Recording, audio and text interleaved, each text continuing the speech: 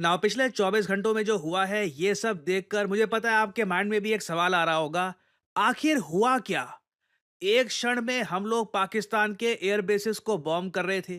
फिर suddenly Trump की tweet आती है कि जी सीज फायर कर लो। और फिर अचानक से सारा मामला ठंडा हो जाता है। आप उसके बाद एक बात नोट करना, कई इंडिया के न्यूज एंकर्स हैं, वो इस बात को लेकर गुस्सा थे कि ट्रम्प ने ये कैसे बोल दिया सीज फायर का, हमारे पास अच्छा मौका था, गोल्डन चांस था।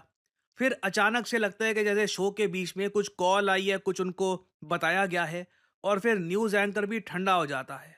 ऑलमोस्ट एज़ इफ ऐसा लगता है कि उसको एक जानकारी दी गई है, जिसको प्राप्त करके वो भी काफ़ी हद तक शॉक्ड है कि सिचुएशन क्या इतनी खराब हो गई थी कि सडनली हमको पाकिस्तान पे जो अभी स्ट्राइक्स हैं, ये रोकने पड़े। फिर उसके बाद देखिए एक क्यूरोसिटी ये भी जागती है कि डोनाल्ड ट्रंप ने एक और बहुत इंपॉर्टेंट ट्वीट करी, जहां पर ट्रंप की लाइन आप अगर पढ़ोगे उससे साफ-साफ लगता है ट्रंप एक न्यूक्लियर वॉर की तरफ इंडिकेशन दे रहे हैं। इस पोस्ट में आप देखोगे ट्रंप कह रहे हैं मैं बहुत प्राउड हूं और strong and unwaveringly powerful leadership of India and Pakistan, कि इनके पास इतनी विजडम थी, इतनी स्ट्रेंथ थी कि ये समझ पाए कि अभी के लिए अग्रेशन को रोकने का टाइम आ चुका है। क्योंकि अगर अग्रेशन इसी तरीके से चलता रहता तो इससे डेथ और डिस्ट्रक्शन होता कई लोगों का। और ये लाइन सुनना सबसे इंपॉर्टेंट है। ट्रंप कहते हैं millions of good and innocent people could have died. 1 million होता है 10 लाख, ये कह रहे हैं मिलियंस, 30 40 50 लाख इनोसेंट लोग मारे जाते। ना इंडिया पाकिस्तान के बीच में कई बार वॉर हो चुकी है, सिविलियंस की डेथ ना के बराबर हुई है वॉर में। इवन आप अगर देखो सोल्जर्स की कैजुअलिटी भी, ये भी हजारों में ही रही है। बट आप जानते हैं, मैं जानता हूं, मिलियंस कब मरते हैं।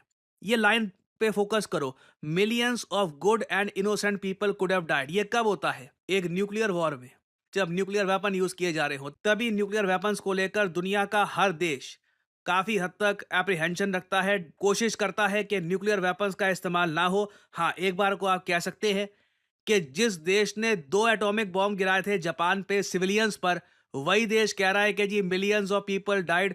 हिपोक्रेसी है, बिल्कुल, this is hypocritic. But Trump को क्लियरली कुछ ऐसा पता था जो अभी हम सबको पता नहीं है। आगे देखो, डोनाल्ड ट्रंप ये कहते हैं your legacy is greatly enhanced by your brave action. इनके शब्दों में ना साफ साफ लग रहा है, ये इंडिकेट कर रहे हैं कि एक बहुत बड़ा प्रलय टल गया, बहुत बड़ी डिस्ट्रक्शन जो हो सकती थी वो टल गई। आगे ट्रंप, मैंने पिछले 1 साल में ऐसे शब्द ट्रंप को यूज करते हुए देखा नहीं है। ये भी कहते हैं आगे कि मैं अब इस रीजन के साथ ट्रेड बढ़ाने वाला हूं। अब ऑब्वियस सी बात है, जब ये कहते हैं रीजन के साथ ट्रेड बढ़ाऊंगा, तो ये प्राइमरली भारत की बात ही कर रहे हैं। ये मैं आपको बात पहले बता चुका हूं कि यूएस के कई फॉरेन पॉलिसी स्कॉलर्स ने ओपनली कहा है कि अगर भारत सीज फायर कर लेता है तो उसके बदले में यूएस एक स्वीट हार्ट ट्रेड डील देने को तैयार है, जिसमें भारत का बहुत फायदा होगा। और इस बात को आप कंफर्म कर सकते हैं, गूगल करिएगा, American foreign policy scholar John Mearsheimer की कमेंट। इन्होंने लिटरली कहा है कि बिल्कुल भारत को एक बहुत अच्छी ट्रेड डील मिल सकती है। नाउ ये इन्होंने आज से 4 दिन पहले बोला था। फिर हम देखते हैं आज रिसेंटली ट्रंप लिटरली ये शब्द कहते हैं कि ट्रेड करने को तैयार हूं, सब्सटैंशियली मैं दोनों कंट्रीज के साथ काम करना चाहता हूं, और I will work with you both to see after 1,000 years a solution can be arrived concerning Kashmir. तो ये यहाँ पर कह रहे हैं कि हजारों साल के बाद कश्मीर का डिस्प्यूट हजारों साल का नहीं है यार, ये पता नहीं क्यों बोलते रहते हैं हजारों साल हजारों साल। तो ओवरऑल आप अगर देखो, इनके शब्द साफ साफ ये बात रिफ्लेक्ट कर रहे हैं कि बहुत बड़ी आपदा टली है, कुछ बहुत ज्यादा डिस्ट्रक्टिव जो हो सकता था वो बचा लिया गया है। दोनों साइड की लीडरशिप ने मैच्योरिटी दिखाई है। और अगर यहाँ पे आपका सवाल ये है कि कैसी आपदा टली है, यहाँ पर हुआ क्या है, तो यहाँ पे आपको समझना होगा भारत ने पाकिस्तान के 8 से 10 एयरबेस बुरी तरीके से डिस्ट्रॉय कर दिए।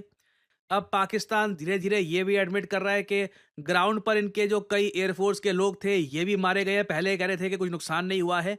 हमारे फाइटर जेट पाकिस्तान में गए हैं and we destroyed their air bases. और आप सबको याद होगा, ये अगेन हम सब ने ये बात देखी है, पाकिस्तान का DGISPR रैटल्ड था।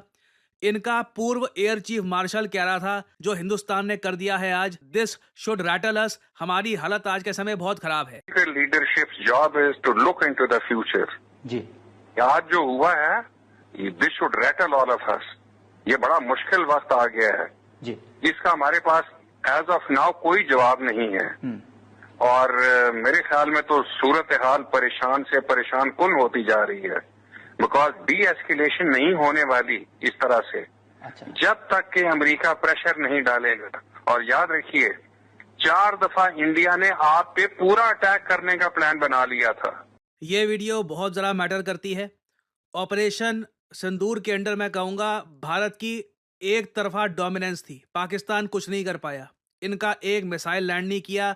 हाँ, अब आर्टिलरी फायरिंग कर दी, जो निहत्ते सिविलियंस थे बॉर्डर के पास रहते थे वहाँ पे लोग मार दिए, वो पाकिस्तान एकम्प्लिश कर पाया है, मगर वो कोई मिलिट्री के लिए कोई बड़ी अचीवमेंट नहीं है। इंडिया का कोई एयर बेस या डिस्ट्रॉय नहीं कर पाया। इंडिया ने कैटेगोरिकली वीडियो दिखाई है, हमारे सारे एयर बेसिस ठीक है, विद टाइम स्टैम्प हमने दिखाया है कि कुछ नुकसान हमको यहाँ पे हुआ नहीं है। जबकि पाकिस्तान के एयर बेसिस पे आग लग रही थी, इनके खुद के सिटीजन्स ने वो वीडियोस रिकॉर्ड करी है सोशल मीडिया पे, हमेशा के लिए वो वीडियोस रहेगी। और इस सब के बीच में ना सडनली एक न्यूज आती है कि पाकिस्तान अफगानिस्तान बॉर्डर के बीच में ना एक भूकंप आया है, 4 रिक्टर स्केल का भूकंप आया है। नाउ नो वन नोज कि ये क्या था। क्या पाकिस्तान अफगानिस्तान के बीच में भूकंप आता है? हाँ, ये टेक्टोनिक प्लेट्स यहाँ पर ऐसी है कि इस इलाके में भूकंप इन द पास्ट आ रखा है, मगर सडनली कॉन्फ्लिक्ट के बीच में भूकंप का आना, सडनली इससे एक थ्योरी सामने आने लगी कि क्या पाकिस्तान ने चुपचाप एक न्यूक्लियर टेस्ट किया है। ये कंफर्म बात नहीं है, मगर एक डर जाग गया, अमेरिकन के भी कान खड़े हो गए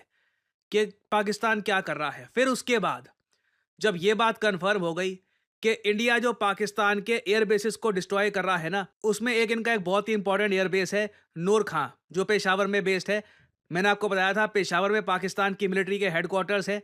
यहाँ पर जो हमने स्ट्राइक किया है, इससे पाकिस्तान बहुत ज़्यादा डर गया था, पैनिक मोड में आ गया था, क्योंकि रावलपिंडी आप अगर देखो इनकी कैपिटल इस्लामाबाद के 10 किलोमीटर दूर है। बताया जाता है कि पाकिस्तान यहाँ पर न्यूक्लियर वेपन्स भी रखता है। तो जब पाकिस्तान को यह दिख गया कि भारत इस बार कोई डर ही नहीं दिखा रहा, जो पाकिस्तान की न्यूक्लियर इंस्टॉलेशंस है ना, वहां पर भी स्ट्राइक्स हो रही हैं। एक और न्यूज़ ये भी आई कि पाकिस्तान में एक जगह है किराना हिल्स, वहां पर भी ये इनकी न्यूक्लियर इंस्टॉलेशंस है, उधर भी स्ट्राइक्स करी गई है। उसके बाद बताया जा रहा है पाकिस्तान ने न्यूक्लियर वेपन्स को लेकर कुछ बड़ा डिसीजन लिया। रिपोर्ट भी आई थी कि शहबाज शरीफ ने पाकिस्तान की न्यूक्लियर कमांड को एक मीटिंग के लिए बुलाया है। ऑफ कोर्स बाद में पाकिस्तान ने कहा कि नहीं नहीं, मीटिंग नहीं हो रही, बट डेफिनेटली पाकिस्तान ने यूएस को कुछ ऐसा बताया है कि हम कुछ कर देंगे, देखो हम बर्दाश्त नहीं करेंगे, ऐसे तो हमारी कुछ इज्जत बचेगी नहीं, हमारी जनता हमको यहाँ पर छोड़ेगी नहीं, तो हम कुछ कर देंगे। और ये बात कंफर्म होती है, सीएनएन ने भी ये आर्टिकल पब्लिश किया है कि अलार्मिंग इंटेलिजेंस मिली थी। जेडी वैंस ने फोन किया पीएम मोदी को और ये कहा, सर सिचुएशन ये हो रखी है, पाकिस्तान हो सकता है कि कुछ बड़ा स्टेप ले ले। सडनली उसके बाद हम देखते हैं सिचुएशन यू कूल डाउन होती है। फिर ये भी जब न्यूज आती है ना कि जम्मू में सीज फायर पाकिस्तान ने वायलेट कर लिया है, हमारे फॉरेन सेक्रेटरी साहब आते हैं, कहते हैं हम पाकिस्तान को कहना चाहेंगे अब ऐसा ना करे। लोग ये सुन के काफी हद तक डिसअपॉइंटेड थे कि पाकिस्तान सीज फायर तोड़ रहा है, हम जवाब क्यों नहीं देते। बट क्लियरली पीएम मोदी को, इंडियन गवर्नमेंट को कुछ ऐसी बात बताई गई थी जिसको देखकर वो लोग भी कह रहे थे कि इस रास्ते हमको नहीं जाना। और याद रखिएगा, चिंता उसको ही होती है जिसका भविष्य होता है, नहीं तो जिसके पास कुछ है ही नहीं, उधारी की जिंदगी है, ठीक है, उसको काहे का डर।